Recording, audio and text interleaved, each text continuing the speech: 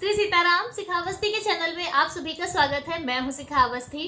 आज का मेरा वीडियो हल षष्ठी व्रत से संबंधित है। हल षष्ठी का व्रत जिसे हम हर छठ, कमर छठ, ललही छठ इत्यादि कई नामों से जानते हैं।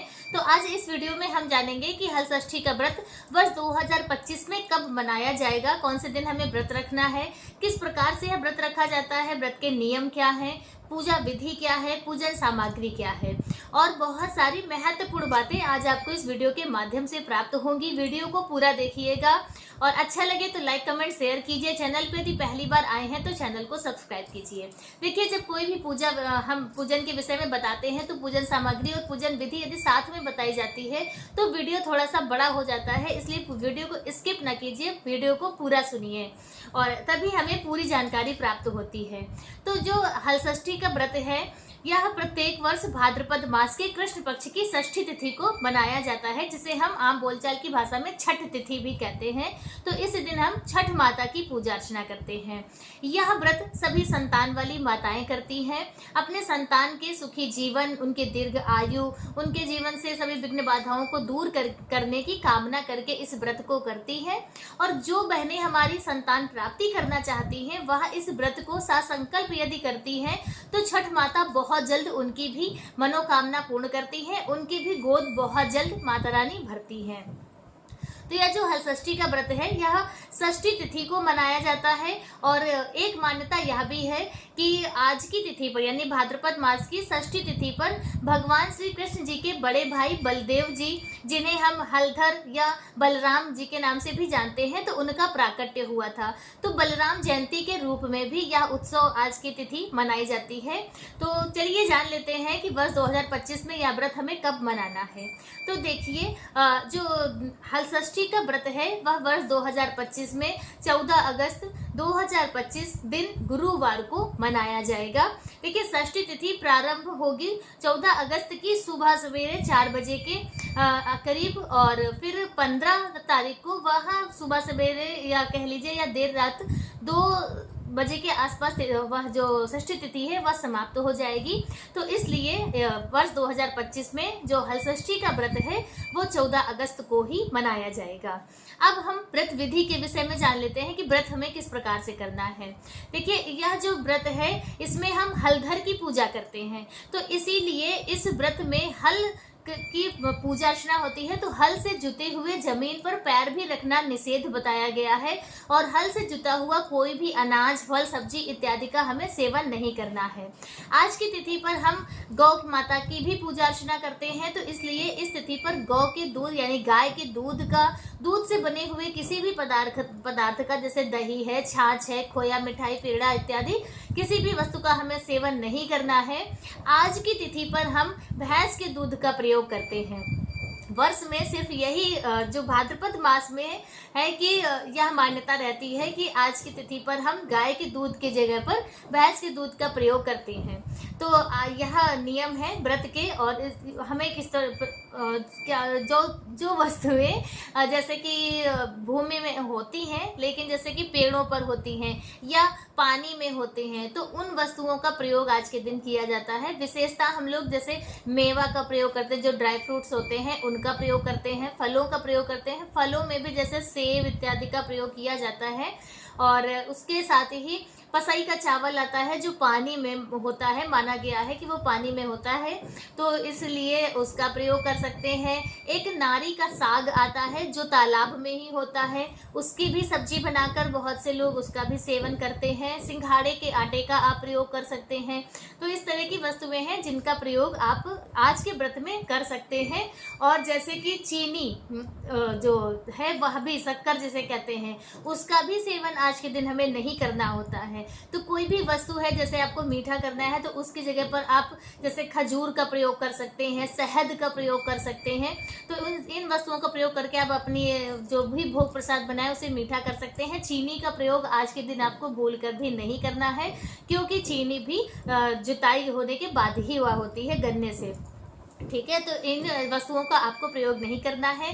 चलिए अब पूजन सामग्री के विषय में जान लेते हैं कि हमें कौन कौन सी वस्तुओं की आवश्यकता होगी। देखिए, हल षष्ठी की पूजा में एक हमें चित्र बनाना होता है। दीवार पे भैंस के गोबर से लिपाई की जाती है और उसके बाद पसई के जो चावल का आटा होता है उससे, यानी ऐपन, जो हम ऐपन बनाते हैं वो पसई के चावल से ऐपन बनाते हैं और फिर उसी से हम चित्र बनाते हैं। देखिए, पहले या हमारी दादी नानी लोग चित्र बनाती थी दीवार पे।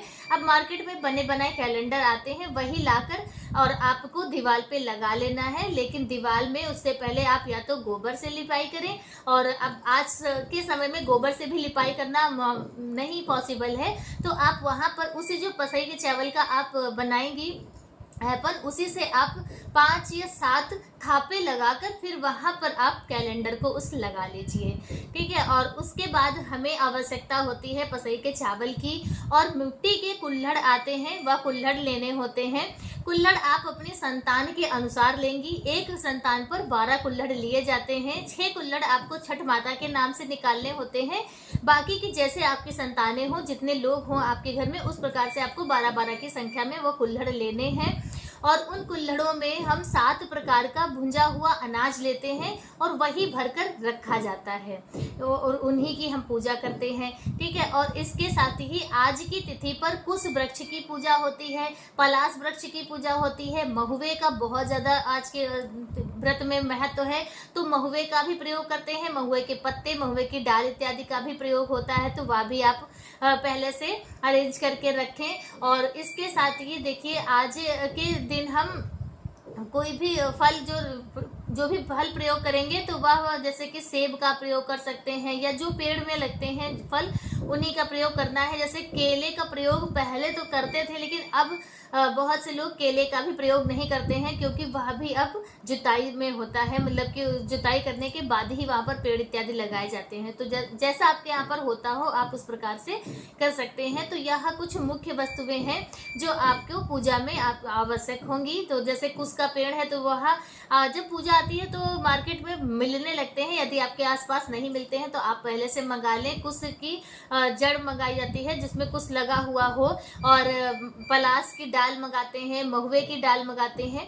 तो इन सभी को आंगन में एक जगह पर लगा लिया जाता है, खुले आसमान में, जहाँ पर खुला आसमान हो। यदि आप नहीं पॉसिबल है तो आप अपने घर की बालकनी में भी लगा सकते हैं। एक गमले में आप लगा कर रख लें, और वहाँ पर ही हम लोग पूजा अर्चना करते हैं। जो पूजा करती हैं माताएं, तो वो वहीं पर पूजा होती है। अब पूजा किस प्रकार से करनी है वह जान लेते हैं। तो देखिए, आपको जो चित्र बनाने हैं और जो कुल्हड़ आपने लिए हैं, उन सभी कुल्हड़ों को उसी ऐपन से आपको रंगना है।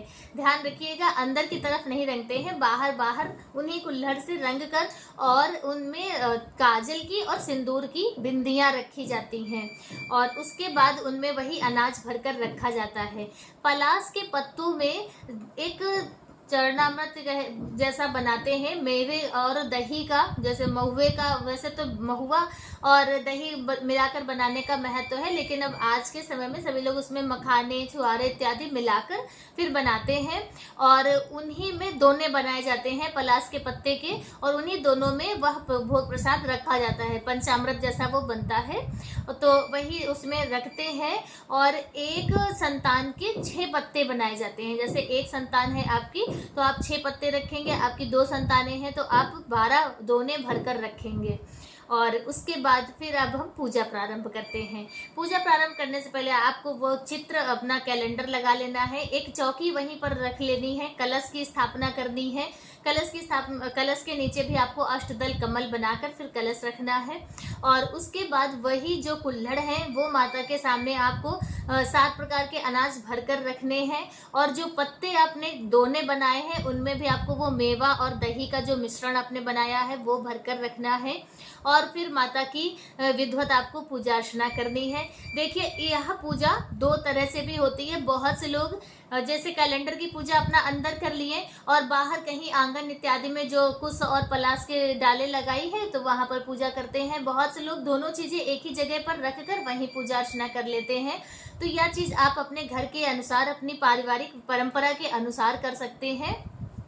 और दोनों तरह से आप कर सकते हैं, इसमें कोई भी बाध्यता नहीं है। वैसे तो नियम यही है कि पहले ज़माने में कहते हैं कि यह पूजा खुले आसमान के नीचे और बहुत सारी महिलाओं के साथ में यह पूजा होती थी, जैसे कि ग्रुप वाइज यह पूजा होती थी। तो अब तो ऐसा नहीं होता है, या सभी अपने अपने घर में अपना अकेले अकेले ही पूजा करते हैं। तो आप इस प्रकार से कर सकते हैं। जहाँ पर भी आप कुश और पलाश की डाल लगाएंगे तो वहाँ पे खुला आसमान होना चाहिए, बस आपको इस बात का ध्यान रखना है। और फिर आप विधिवत माता रानी की, छठ माता की पूजा अर्चना करेंगे।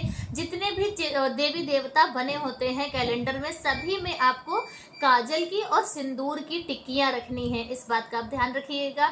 और उसके बाद माता को सुहाग की सामग्री अर्पित की जाती है। आप साड़ी, श्रृंगार का सामान, जो भी यथाशक्ति आपको आपके पास हो, आप वह सब वहीं पर माता को अर्पित कर दीजिए। और एक मान्यता यह भी है कि आज की तिथि पर, जैसे जब हम पूजा करते हैं माता की, तो अपने छोटे छोटे खिलौने, बच्चों के निमित्त खिलौने माता को पहले अर्पित किए जाते हैं। और फिर वही खिलौने यदि आप छोटे छोटे बच्चों में बांटते हैं तो इससे वह बच्चे बहुत ज़्यादा प्रसन्न होते हैं, उससे बहुत ही पुण्यों की प्राप्ति होती है। आपके बच्चों को, यदि आप दूसरे बच्चों को देखिए खुश करेंगे, उन्हें आप खुशी प्राप्त कराएंगे, तो आपके बच्चे अपने आप ही खुश होंगे। तो यह एक उपाय कह लीजिए, टोटका कह लीजिए। तो यह भी बहुत से लोग करते हैं, तो अब हो सके तो आप भी कीजिए। नहीं कुछ तो एक दो खिलौने ही लाकर बच्चों में ज़रूर बांटिए। और उसके बाद आपको पूजा अर्चना करनी है, पूजा और कथा सुननी है। कथा का बहुत ज़्यादा महत्व है। तो कथाएं 6 कथाएं होती हैं, 6 कथाएं आपको मेरे चैनल पर मिल जाएंगी। आप उन कथाओं को भी सुनिए, आरती इत्यादि कीजिए। और उसके बाद फिर आपको कुश और पलाश के वृक्ष जहाँ पर आपने लगाए हैं वहाँ पर पूजा करनी है। उन्हें वस्त्र इत्यादि अर्पित करने हैं और उन्हें जल चढ़ाइए, वहाँ धूप दीप कीजिए। और उसके बाद फिर जो कुश की पत्तियाँ होती हैं, जो उसकी निकली होती हैं, तो उनमें गांठें लगाई जाती हैं। यह एक विशेष नियम है जो आपको याद करके जरूर करना है। जितनी भी संतानें आपकी हैं उतनी गांठ आपको उनमें लगानी है। और याद रखिएगा, यह जो गांठ हम लगाते हैं वो बाएं हाथ से लगाते हैं। उतने समय आपको छठ माता से अपने संतान के जीवन की सुख, समृद्धि, संपन्नता, उन्नति, उनके उज्जवल भविष्य की कामना करते हुए, माता रानी से प्रार्थना करते हुए वह गांठ आप लगाइए। और माता जी आपकी सभी मनोकामनाएं पूरी करें, आपका कि संतान की सभी विघ्न बाधाएं दूर करें, उन्हें लंबी आयु प्राप्त कराएं। तो इस प्रकार से आपको छठ माता की पूजा अर्चना आराधना करनी है, उनका आशीर्वाद प्राप्त करना है। छठ माता के जो पूजा विधि से संबंधित आज का वीडियो मेरा बस इतना ही। वीडियो कैसा लगा कमेंट करके जरूर बताएं।